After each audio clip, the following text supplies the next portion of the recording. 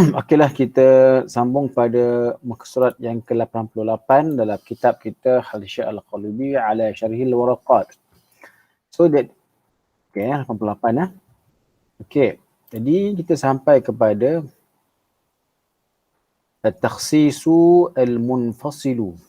Itu kan? Okay, qala musannifu rahimahullah At-Takhsisu Al-Munfasilu. At-Takhsis Munfasil. Apakah takhsis munfasil? Iaitu takhsisul kitab bil kitab. Kita ingat balik tajuk kita, takhsis ini apa?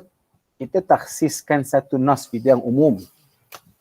Nas itu disebutkan perkara yang umum. Dan kemudian datangnya dalil dengan yang mengkhususkan perkara itu. Takhsis itu kadang-kadangnya dengan syarat, sifat, istisna. Itu takhsis berbentuk muttasil. Sekarang ni pula takhsis yang berbentuk munfasil, di mana datangnya dalil yang mentakhsiskan perkara itu, tetapi kedudukan dalil yang mentakhsiskan itu munfasil. Di tempat lain, bukan mubasyarah ataupun bukan muttasil, bukan bersambung langsung dengan nas tersebut. Yang bersambung itu ada syarat, ada sifat, ada istisna, dan telah pun kita bincang. Sekarang ni pula, takhsis itu datangnya berasingan, munfasil. Dalil yang umum, sekian tempat dia. Dalil yang khusus, sekian tempat dia. Iaitu contoh yang pertama, takhsisul kitab bil kitabi. Wa yajuzu takhsisul kitab bil kitab. Nahwu qawlihi ta'ala. Bolehnya kita untuk mentakhsiskan kitab dengan kitab. Contohnya pada ayat wala tankihul musyrikat. Adapun sempurnanya wala tankihul musyrikat hatta yu'min. Jangan kamu menikahi orang yang musyrikat, perempuan yang musyrik, sehingga dia beriman. Itu sehingga itu lil ghayah. Itu cerita lain pula. Yang penting ayat ini mengatakan kamu jangan bernikah dengan orang yang tidak beriman. Yakni yang boleh kamu nikahi orang beriman sahaja. Yang tak beriman jangan dinikahi. Itu kita faham secara umum. Oh, jadinya tak boleh nikah dengan orang tak Islamnya. Tak boleh. Kalau ambil secara umum, tak boleh langsung. Nikah kita orang yang Islam sahaja. Okey. Kita bagi itu kita musallam. Kita rasa okey lah tu, tak ada masalah. Umum pun tak apa. Kita pun tak gamak nak cari orang yang bukan Islam. Tapi bila kita dengar bukan sana kata boleh ke nikah ahli kitab.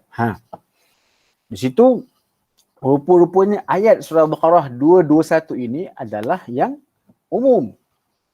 Wayahtaju ila takhsis, dan dia memerlukan kepada khusus, khassa biqaulihi ta'ala, dan bukan khassa, ditakhsiskan, kha tu dhammah, ditakhsiskan ataupun dikhususkan dengan ayat yang mengatakan wal muhsanatu minal ladzina utul kitaba min qablikum. Tadi ayat itu tadi umum, tak boleh langsung bernikah dengan non-muslim ataupun yang tak beriman. Kemudian datang ayat yang munfasil, ini Baqarah wa hadha huwal Maidah. Tadi Baqarah dan ini ayat surah Maidah. Apa katanya?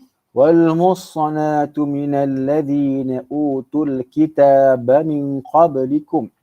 Dan boleh kamu nikah dengan perempuan yang muhsan, yang suci. Okey? Ataupun yang tak ada suami di kalangan ahli kitab sebelum kamu, yakni ahli kitab lah. Halal lakum. Jadi maksud dia, kamu halal bernikah dengan perempuan ahli kitab. Kitab apa? Kitab orang sebelum kamu. Apa dia tu? Yahudi dan Nasrani. Jadi di situ kita lihat bagaimana ayat surah Al-Maidah mentahsiskan umumnya ayat surah Al-Baqarah dalam mengatakan tidak boleh bernikahi dengan mana-mana orang musyrik. Rupanya di sana ada ayat yang mentahsiskan. Ya, tak boleh, tapi Al-Kitab itu okey. Maka ada pengkhususan. Nampak macam ada istisna. Jadi bukan istisna tu. Istisna tu dengan adawatu illa. Ini bukan istisna tapi ini takhsis. Takhsis. Okey, ini takhsis. Okey, takhsis. Khalas, habis. Takhsisul kitab bis sunnah. Lah ni pula nak cerita ada kalanya takhsis itu berlaku pada ayat Quran tapi menggunakan sunnah ataupun hadis. Contohnya ka takhsisi qawlihi ta'ala yusikumullahu fi auladikum. Dan Allah mewasiatkan kamu kepada untuk anak-anak kamu. Okay. Ila akhir al-ayati asyamili lil waladil kafiri bihadisi sahihain. Allah kata, Allah memberikan kamu wasiat atau Allah yusikumullah, Allah memanfaatkan kamu untuk memastikan anak-anak kamu ini ada bahagian pada harta warisan. Itu maksud dia. Adakah kesemua anak kita akan dapat secara umum? Auladikum kan aulad. Itu aulad kan jamak taksir diidhafahkan kepada kum, kan itu merupakan dalil kepada umum. Okey, kan kita belajar awal dahulu. Tapi akhir rupanya itu bukan lagi am. Itu am dah. Tapi am tu makhsus. Apa yang mengkhususkan dia? Ni hadis mengatakan la yarisul muslimul kafira wala kafiru al muslima. Kan orang muslim tidak mewarisi yang kafir dan sebaliknya juga orang kafir tak mewarisi yang muslim. Hadza bermakna kalimah auladikum, anak-anak kamu itu ditaksiskan dengan ayat beranak agama tidak boleh saling mewarisi. Jadi kita boleh faham ayat tersebut yusikumullahu fi auladikum. Allah menasihatkan kamu untuk menjaga hak warisan anak-anak kamu, yakni mereka berhak dapat sekiranya mereka ini juga satu agama ataupun beriman. Arti kata lain, kalau mereka tidak beriman, mereka tak layak untuk dapat harta warisan. Bukan ke ayat yusikumullah itu kan umum? Yes, umum.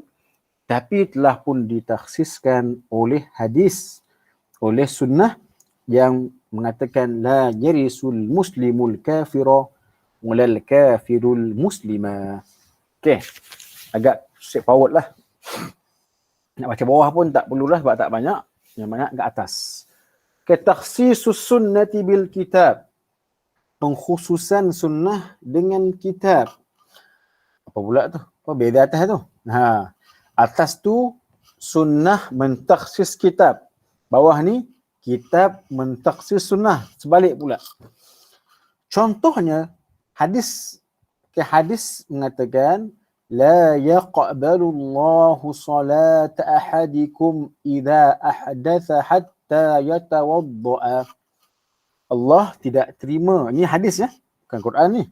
Hadis kata Allah tidak terima solat kalian jikalau kamu berhadas sampailah kamu mengerjakan wudu. Jadi maksudnya apa? Kamu nak solat pastikan berwudu. Tapi Allah juga datangkan ayat dalam Quran wa in kuntum marda, sampailah ayat falam tajidu ma'an fatayammamu. Kalau kamu tak jumpa air, boleh tayamum. Baik. Apa takhsisnya antara dua dalil ini ataupun dua ayat ini, Quran dan sunnah ini? Tengok baca baik-baik. Allah kata Allah tak akan terima kamu ni punya solat sampailah kamu itu berwuduk. Jadi kalau tak wuduk tak sah ya. Tak sah lah. Okey. Tapi macam mana pula tak ada air? Tak ada air macam mana? Kalau tak ada air takkanlah kita nak, maknanya kalau kita semayang juga tak sah lah. Tak terima juga. Buat apa kita semayang? Di situ Allah khususkan. Melainkan kalau kamu tak jumpa air, kamu boleh tayamum. Kalau kita sambungkan, Allah tidak akan menerima solat salah seorang daripada kamu sehingga dia berwuduk. Melainkan dalam keadaan yang tidak memungkinkan kamu menggunakan air, kamu menggantikannya dengan tayamum. Jadi macam mana kalau kita sambungkan antara dua poin tersebut? Yes, dengan cara takhsis as-sunnati bil kitab. Takhsis sunnati bil kitab. Okey. Jadi wa in waradat sunnatu bit tayammumi aidan ba'da nuzul ayah. Walaupun ternyata lepas tu ada lagi ayat ataupun hadis yang mentafsilkan, merincikan tentang tayammum. Khalaslah. Yang penting ayat tersebut menkhususkan hadis yang Nabi kata Allah tak terima solat melainkan mereka mengerjakan wuduk. Datang pula ayat katakan kalau tak boleh wuduk, boleh tayammum. Okey, itu juga takhsis sunnati bil kitab. Ataupun takhsis sunnati bil kitab. Yang seterusnya takhsis sunnati bis sunnah. Sunnah dengan sunnah. Ini tak ada isu lah. Kita dah faham kan? Contoh dalam hadis berkaitan dengan zakat. Fima saqatis sama'u al-ushru. Pada apa yang diberi ataupun yang diberi minum oleh langit, yakni pada tanaman yang memang hasilnya ataupun cara kita membajak ataupun menyuburkannya dengan air hujan semata-mata, ini usyur. Tak ada kos. Kita buat ladang, macam mana nak menyuburkan dia? Biar lah. Hujan nanti pandai-pandai lah dia. Itu merupakan tanaman yang memang saqatis sama. Yang dia punya baja ataupun dia punya makanan dia adalah hujan. Hujan ni nature lah ataupun merupakan bukan usaha ataupun bukan kita punya taklifah ataupun kita punya kos. Kalau demikianlah dia punya tabiat dia, iaitu dia punya tanaman ini makanan dia ialah purely ataupun totally daripada hujan, maka dia punya qadar ialah usyur. 1/10 daripada penghasilan perlu dizakatkan. Jadi adakah semua adakah semua tanaman ini yang dapat hujan langsung kena bayar 1/10 zakat dia? Ditaksiskan oleh hadis yang lain, laisa fi ma duna khamsati awsukin sadaqatun. Kalaulah hasil kamu tu tak sampai 5 wusuk, dia punya saiz lah, dia punya mikyal dia. Dia punya saiz ataupun mikyal dia punya bilangan dia. Kalau tak sampai, kamu duk kumpul-kumpul hasil, sikit je pun. Tak sampai setengah hektar pun kita punya padi, memang tak banyak lah. Oleh itu, laisa lahu sadaqah. Kamu tak payah bayar zakat. Bukan ke tadi kata kalau kita punya tanaman tu diberi makan oleh hujan kena bayar zakat 1/10? Ya. Tapi syarat yang kedua, mesti hasil itu lebih 5 wusuk. Kalau setakat 2 wusuk, 3 wusuk, saiz dia tak perlu. Ada pengkhususan.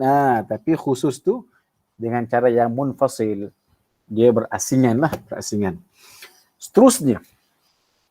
Okay. Kita tengok bawah ni apa yang boleh kita kita baca nombor 2 nanti. Takhsisul kitabi was sunnati bil qiyas. Jadi makna sekarang ni tadi dah selesai dah. Hadis Quran takhsis hadis takhsis Quran. Khalas. Saling mentakhsiskan, tak ada masalah. Walaupun orang kata bukankah Quran itu kan dia Quran tu dia qat'i subut, ya, qat'i subut, tidak semestinya zanni, tak semestinya qat'i iaitu dilalah. Bila ada qat'i iaitu subut, bila benda itu memang ada, memang dari Allah datangnya, tak semestinya kefahaman itu dengan putus. Tak semestinya kefahaman itu tidak ada sebarang ihtimal. Okay, itu kita kena clear lah dekat situ. Right. Sekarang ni kitab ataupun Quran Sunnah ditakhsis oleh qiyas. Takhsisun nutqi bil qiyas, maknanya nas. Ditakhsiskan nas tersebut dengan qiyas. Kita baca bawah. Wa kadzalikal ijma', juga dengan ijma' pun juga boleh mentakhsiskan Al-Quran dan hadis. Lianna mustanadahuma nassun min kitabi aw sunnatin. Kerana sandaran keduanya, kedua mana? Ijma' dan qiyas juga daripada nas dan juga nas Quran dan sunnah. Wa yarji'u takhsisu ilaih, maka takhsis kembali kepadanya. Ka takhsisul jildi fil qadhfi bisamanina bil ijma'. Seperti bila Allah kata fajliduhum samanina jaldah. Kan? Bila dalam kes apa? Kes qazaf. Kan? Allah sebut, maka hendaklah kamu memukulnya, merotadnya dengan 80 So bila 80 ala annal abdi ala nasfi minha. Tapi yang kita faham sebaliknya, apa dia? Kalau dia hamba, hendaklah disebat separuh, iaitu 40. Ni ijma' ke apa? Ni kias. Sebab apa kias? Kias tang mana tu? Fa'alaihinna nisfu ma 'alal muhsanati minal azab. Ke atas mereka yang hamba ini, separuh daripada hukuman perempuan yang merdeka. Faham tak tu? Kias itu juga dipakai kepada nas. Quran itu, bila Allah sebut, okey kita bawa perlahan-lahan.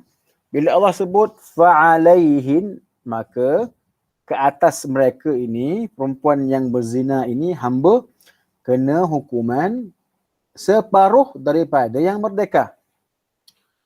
Itu kaedah dalam Quran. Ditentukan pada kes zina.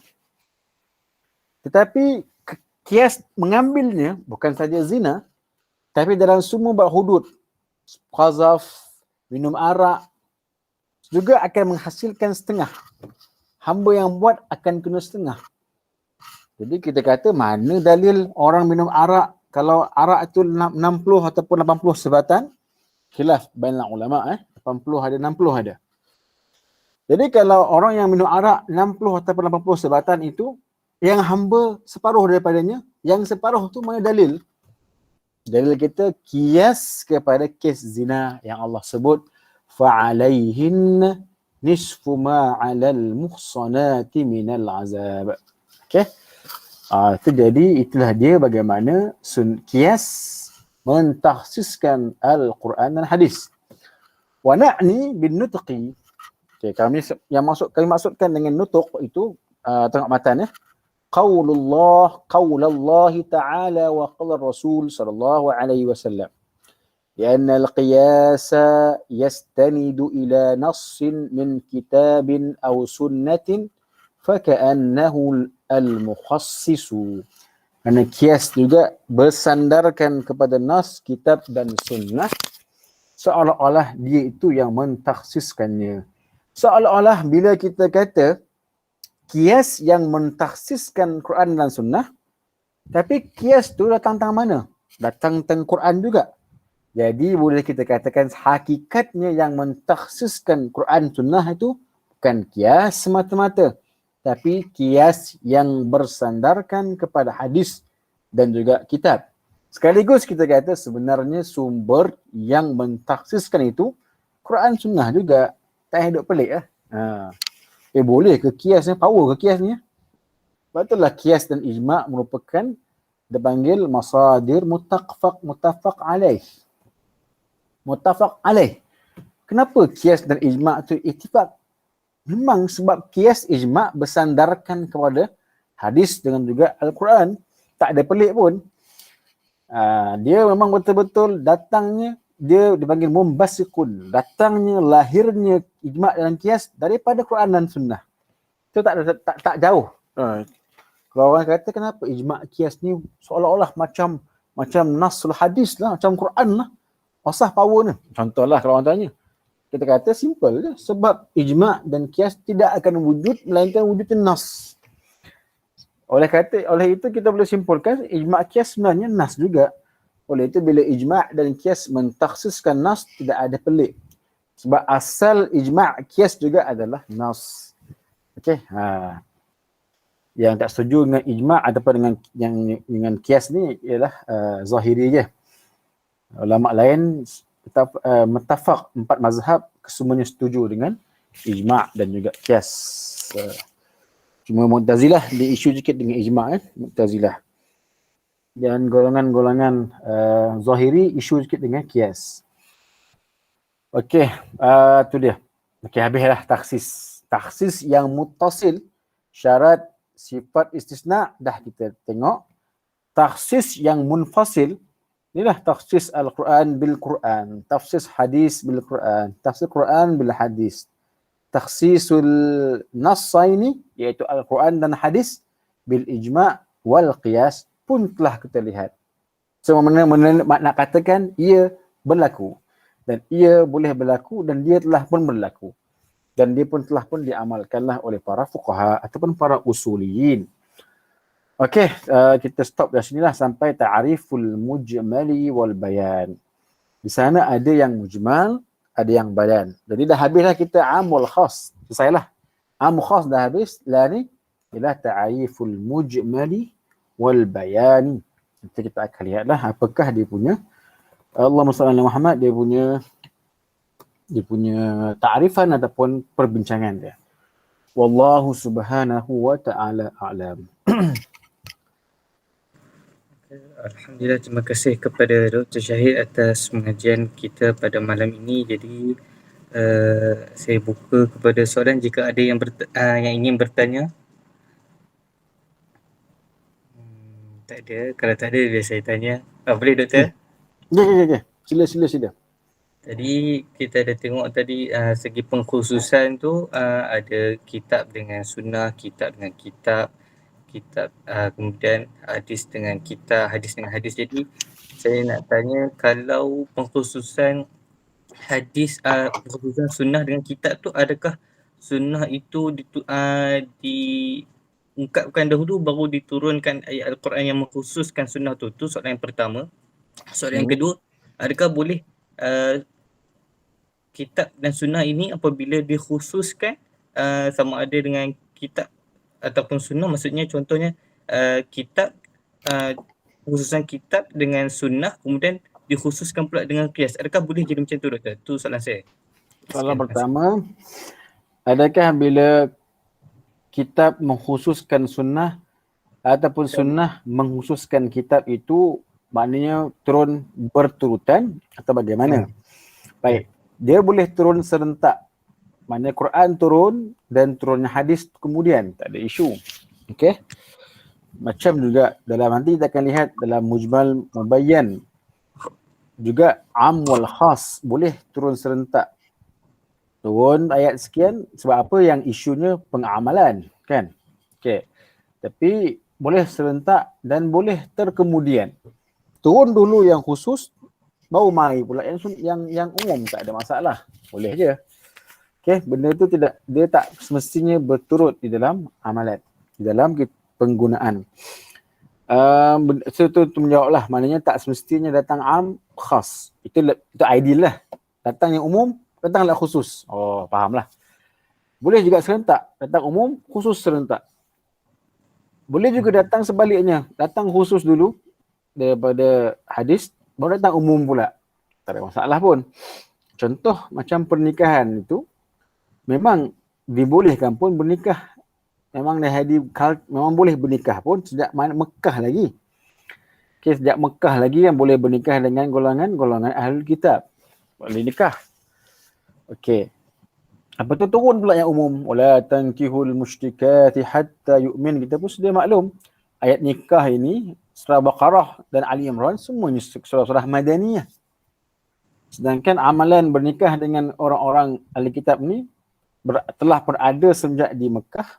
Walaupun tak famous lah, tak ramai kan. Tapi famous juga ketika awal Nabi di Madinah.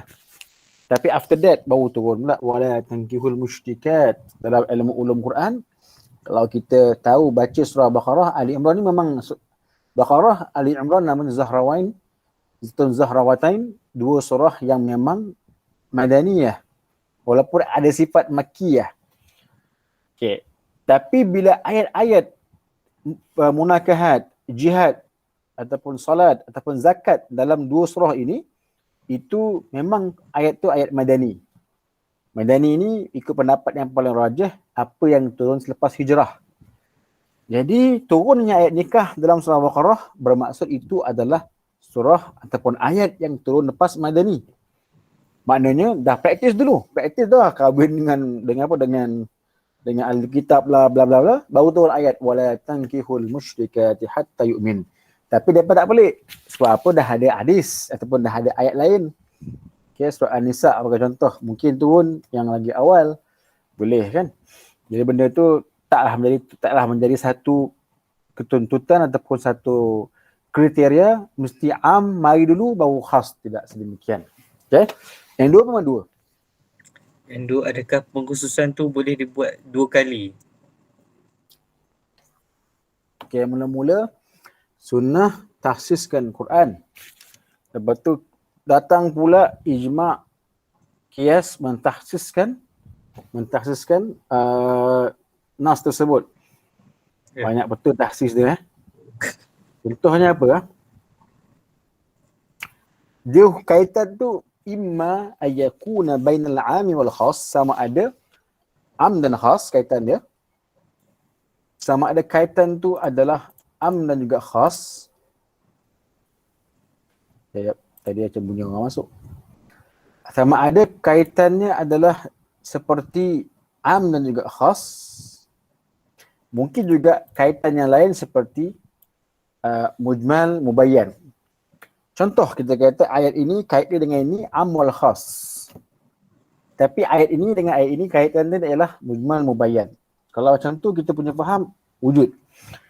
Tapi kalau nanti kata ayat ini kait dia dengan ini adalah am wal khas. Tapi yang khas ini, yang khusus ni, dia juga ditaksiskan oleh ayat lain. Contohnya. Itu dah berlayer-layer. Benda tu taklah perasan kita dia wujud pun. Tak adalah kita nampak wujud. Tapi kalau hubungan lain tu mungkin ada. Mungkin ni mujmal, mubayyan. Mungkin dari segi lain dia am wal khas. Mungkin dari segi lain dia adalah mufassal, mufassar dan sebagainya lah.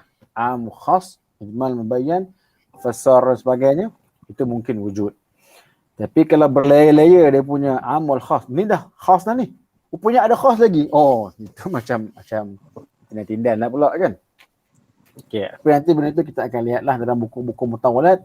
Tapi sebaca kita tak adalah macam tu. Tapi dia punya bentuk lain tu adalah mujmal, mubayyan, mufassar, mufassal dan sebagainya. Itu benda-benda besar lah dalam ilmu usul fiqh. Tetapi tak nafikan bila ada yang am wal khas tu juga mungkin ada tafsil dia. Itu tak nafi. Itu mungkin. Contoh tadilah. Surah itu kata apa? La yaqbalullah salata ahadikum hatta yatawadda. Allah takkan terima solat sebahagian daripada kamu sampai berwuduk. Dan ditaksiskan oleh hadis atau Quran mengatakan wa in kuntum ala safar sampai ayat kata falam tajidu ma'an fatayammamu. Tapi kalau orang tanya macam mana tayamum? Datang pula lain-lain. Yang tayamum tu mubayyan pula. Bukan amal khas, dia mubayyan. Macam tu mungkin wujud. Okay? Tapi kalau ditaksiskan berkali-kali ini am ini khasnya, ada lagi khas, ada pula khawasul khawas. Khas lagi mengkhaskan apa ya lah. Setakat ini yang kita belajar am wal khas. Tapi yang khas tu mungkin dia mubayyan, dia diterangkan atau mufassal, tu mungkin wujud lah. Nanti kalau kita praktis dengan dalil kita akan nampak lebih jelas lah. Okay, mana tu ya. Okay. Tak apa nanti yang untuk kawan-kawan lah nanti kalau yang buku tu yang kita nak daurah tu. Okay, cakap terus tu. Tu buku tu daripada Dr. Bilal Faisal Bahar tu, buku pasal Ilal Usuliyin tu. Kita nak baca buku tu panjang tapi kita ambil dia punya poin-poinnya, kita nampak macam mana kita kan belajar usul fiqh. Tapi kita kena tahu juga ulama usul juga dia ada praktis tertentu yang membuatkan mereka bagaimana mereka deal dengan hadis Nabi. Sebab sekarang ni famous kan orang kata ni hadis ni kena pakai ni. Ulama usuli dia ada skill dia. Kita belajar usul tahu pula skill ulama usul how dia deal dengan hadis. Adakah dia juga bersemangat ni hadis pakai atau bagaimana? Dia ada di situ juga akan ada praktis amal khas, mujmal, mubayyan, mufassar, mufassal dan seterusnya lah insya-Allah. Tapi nanti kita akan cari tarikh lah untuk kita. Itu agak teknikal tapi okey, itu bagus lah untuk kita memberikan penerangan pada orang-orang yang belajar ilmu usul. Okey, setakat ini saja untuk hari ini. Wallahu subhanahu wa ta'ala alam. Terima kasih. Assalamualaikum warahmatullahi wabarakatuh. Waalaikumsalam warahmatullahi wabarakatuh. Terima kasih ucapkan kepada Dr. Syahid dan insyaAllah kita tangguhkan